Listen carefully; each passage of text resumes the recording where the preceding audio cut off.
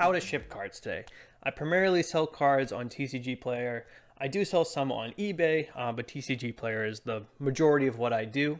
I'm selling a lot of cards that are, between 10 cents to maybe $30, $40 in value on a general basis. And I would say a lot of them fall between that $1 and $7, $6 value, something like that.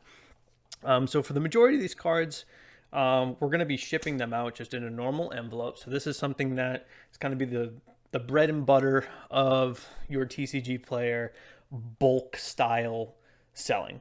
Seen a lot of videos when I first got started on how to ship cards, and there's a lot of different ways to go about it. And I've ordered cards as well, so I've seen how people pack things.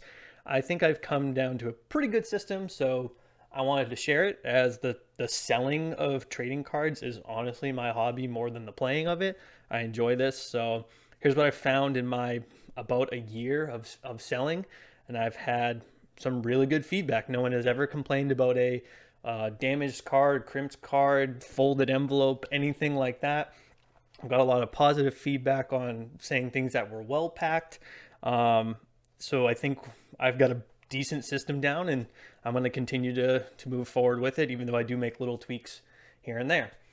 So let's go ahead and jump into it. So the first thing that I want to talk about is the invoice itself, right? So on TCG Player, you can print them out as like a normal one, or one that has the windowed windowed address on the left. I definitely recommend using that one, and that's for two reasons. One, if you're going to use windowed envelopes, it makes life a lot easier anyways. But two, it has the fold line, which just makes it easier when you're blowing through these. Like if you're doing 10, 20, 50 of these in a day, having that little guide there is just going to make things that much faster. So there are a couple variables on how I ship things. It does have to do with price and quantity of the cards that are being sold. So if something is over $1 for me currently, I'm going to make sure that gets its own penny sleeve. Maybe I'll put 2 cards in a penny sleeve if they ordered like 2 of the same cards. So those are going to go in that. And then the rest of the cards, it's determined on how many cards are being purchased. We'll use these just lands as an example today as we go through this. So invoice first. We talked about which one to use. I would recommend using cardstock. So the reason I do this is it helps to cut down on the other things that you're packing in the order. Yes, it does make the weight go up a little bit more, but in my experience, it's a better end product. Your envelope isn't going to be floppy on one side because of the weights of the cards. It's not going to accidentally fold in half. The whole thing is going to be stiff, and it makes it so you don't have to use like those cardboard card savers that cost money or anything like that. So I think this is better. I am currently using Hammermill 110 pound. I think the 110 pound is good. Like that keeps it really nice and sturdy. Doesn't matter what brand you use. I got a sale on Amazon for, I think it was like four or five packages. And that's just what I've currently been using. So that's what I like. But as long as it's 110 pound, I think that's the important thing. The other thing that's going to be a constant here is the envelopes themselves. I actually just switched brands. I was using Amazon basic ones. These are Mead envelopes. Same deal. They happen to be on Amazon. If you buy in bulk, you're going to get better prices anyways. So it doesn't really matter. But the key things are I look for the window, and I want the pull tab with the glue. I don't want to be licking these. But these are great. I actually just started using them. They're a little bit lighter than the Amazon ones I was using. So I've found that there's been a few packages where I've actually saved some postage because I can use one stamp instead of adding additional. But your mileage may vary. So let's talk about the actual packing of the cards. I have columns of how things would work. So if I have 1 or 2 cards, what I'm going to be doing is using a penny sleeve and a regular card sleeve. So regardless if it's 1 or 2 cards, I'll put it in the penny sleeve. You can fit 2 in these that I have. And then I'll put that into a regular sleeve. This keeps it protected. Oh, the other thing, sorry, I should clarify. I reverse which sides I do. So I put in the penny sleeve from the bottom, and then I put that into the top. So that way, if this ever got wet, it's got that little bit more protection. Also, I'm going to be taping this, so it helps prevent accidentally getting tape on the card. So let's say we get the 1 card. Very, very simple. We'll use this dummy invoice, fold over the line, fold underneath. So now I have a tri-fold. I'm going to take my card and I'm going to put it on the right-hand side of the envelope from this position. I usually put a piece of tape here and a piece of tape here. You know what? We'll actually just do that. So we get 2 pieces of tape, one on the top, keeps the card from falling out, other on the bottom just to keep it sturdy. Fold it back over itself. And then I take my envelope and I'm just going to flip this upside down and put it into our envelope. So that way, address is showing through. And the reason I do it this in this manner is when envelopes are going through the mail, you know how you'll get those advertisements for credit cards? The credit card is always going to be on this side of the envelope. So by me putting the cards in that spot, it's something that already happens in the post office all the time. So it reduces the possibility of an issue popping up with like it getting caught or something. Of course, this only works if I'm shipping a certain amount of cards. Eventually, that's going to get too thick. You got to spread them out. So that's 1 to 2 cards. That's going to be my process. It's very, very similar for anything beyond that, except I'm not going to use a regular sleeve at that point. If it's 3 or more cards, I'm going to be using team bags. So I've used 2 different types in the past. Currently, I am using these no-name, I think they're actually like snack poly bags or like something. I don't even know. They're like a no-name that I got off Amazon. But if I have multiple cards, I'm just throwing them into here. Pull the tab, fold it over, and then I'll put it in the exact same spot. Generally, I try to make this relatively even up to a certain point. So if the order's for 12 to 15 cards, I'll usually just put it in one bag and put it on the side. If it's more than that, then I will split the order as evenly as I can in half and then have 2 side by side like this in the envelope. If there's a lot of cards, then I'll split it in 3 and I'll do them vertically like this all across. Most of the time that doesn't happen anyway, so it's not that big a deal. But that's just to try to keep it more even, less chances of it getting stuck in the mail or folded or something like that. So in terms of how many cards, that is obviously going to change how much postage you have. So I have a system, and I do have a scale so that I can weigh them. I've been using the scale a little bit more often recently since I have these new envelopes and they're lighter. So actually my numbers are a little off from what I had memorized in my head. But generally, 1 or 2 cards that's going in a sleeve, that's only going to be 1 stamp. 4 to 5 or 6 cards should still be 1 stamp because I'm not using as heavy of a sleeve, and I'm just going to be using a team bag, so I'm able to save some weight. The reason that that might change a little bit here and there is because of my penny sleeve rule. You know, if this card has a value and that one card has a higher value, like this order itself would have had at least 2 penny sleeves in it, so it's going to up the weight a little bit. It's going to maneuver it around, but it's not that big a deal. So basically, I'll put all the cards in, and then I'll weigh it, and then I'll know how much postage I need. For postage, nothing fancy here. We got the regular old stamps, so as long as it is under an ounce, you're good to just use a stamp. Once you start hitting like 6 or 7 cards, you are going to be over an ounce. So you're going to need to do one of two things. You're either going to have to use these additional ounce stamps, or what I started doing is I just bought 2-ounce stamps, because this is going to be my main thing. I feel like most cards I'm actually going to be using a 2-ounce stamp when I ship them out. So I'll put my 2-ounce stamp on there and be good to go. The more cards you add, obviously it's going to add the higher and higher weight to it. You can ship things up to 3.5 ounces with a standard envelope, no tracking.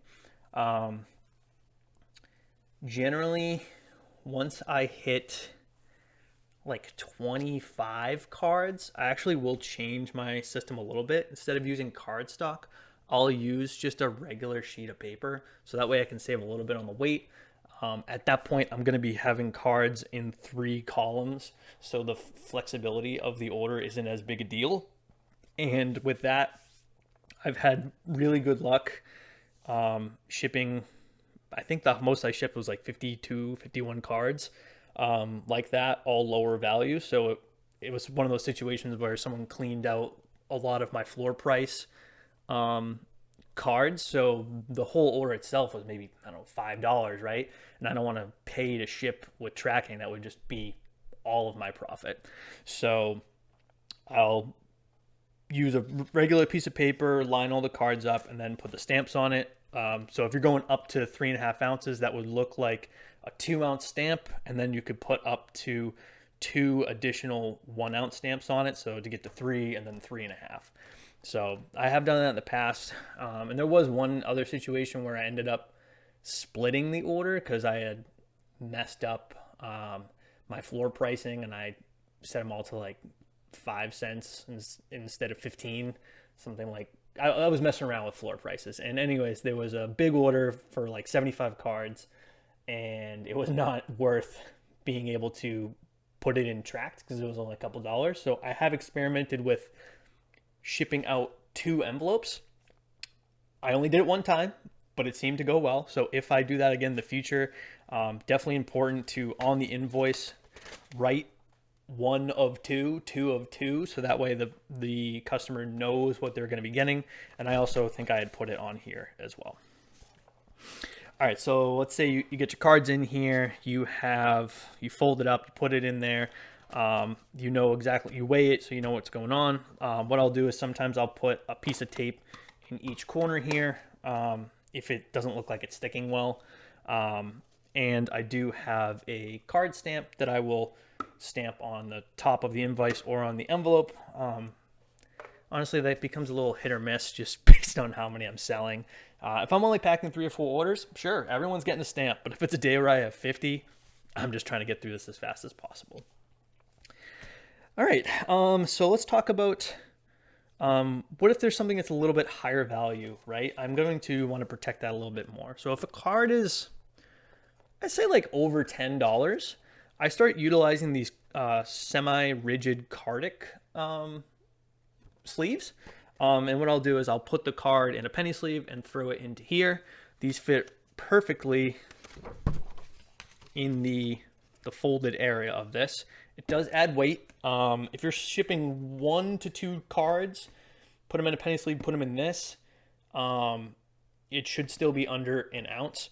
But in my opinion, if you're selling a card that's like a decent price, if I need to pay an extra stamp, additional ounce, 29-ounce stamp, that's worth the 29 cents as opposed to trying to pay for tracking. As long as it's under a certain threshold. TCG Player recommends anything over $20 goes tracked. I tend to do 25. I haven't had any problems with that because at that point the card value is either justifiable in my head or you've ordered a lot of cards, so it's going to be too heavy for this anyways. So one or the other, whatever works for you. Actually, yeah, let's talk. So this is Cardict. These are great. I bought a box of them. About 200. It was 200 of them. I have only used maybe 50 at this point. Not too bad. In terms of other supplies that I'm using, we have the Prosciutto, I don't know, Perfect Inner Sleeves, pack of 100. I have no affiliation with any of these, and the only reason I use them is because they were the cheapest at the time when I was trying to buy things. So I have no allegiance to any of these brands. If I find something cheaper, I'm going to use something cheaper.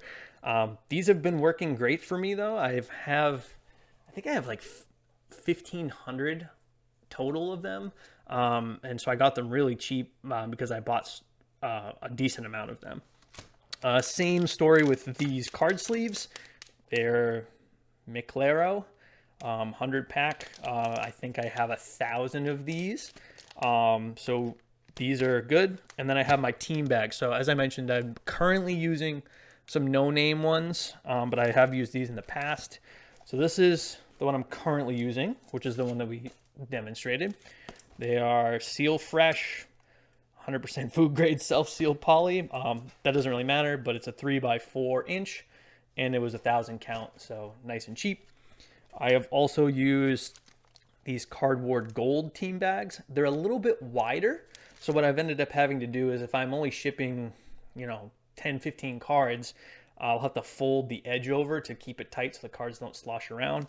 But these are good if you're shipping like 50 60 cards and you're putting it in like a box or a bubble mailer because there's more room for it to expand.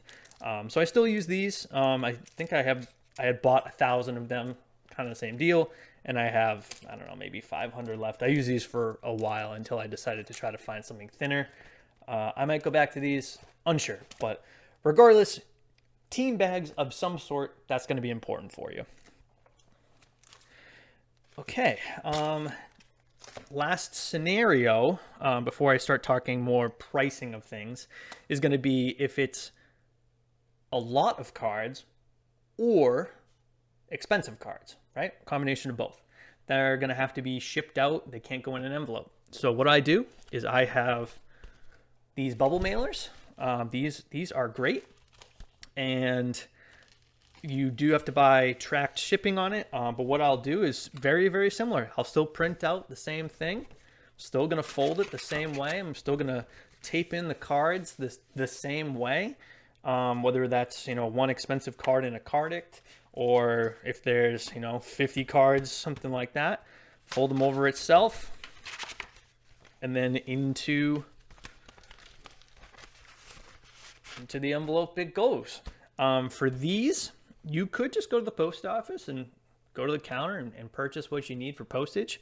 I personally use Pirate Ship. It tends to give really good discounts on UPS, USPS. I think they even do FedEx. I could be wrong on that, but because I've never used FedEx anyways. But I pretty much always use USPS. It's the closest to my house and also the cheapest.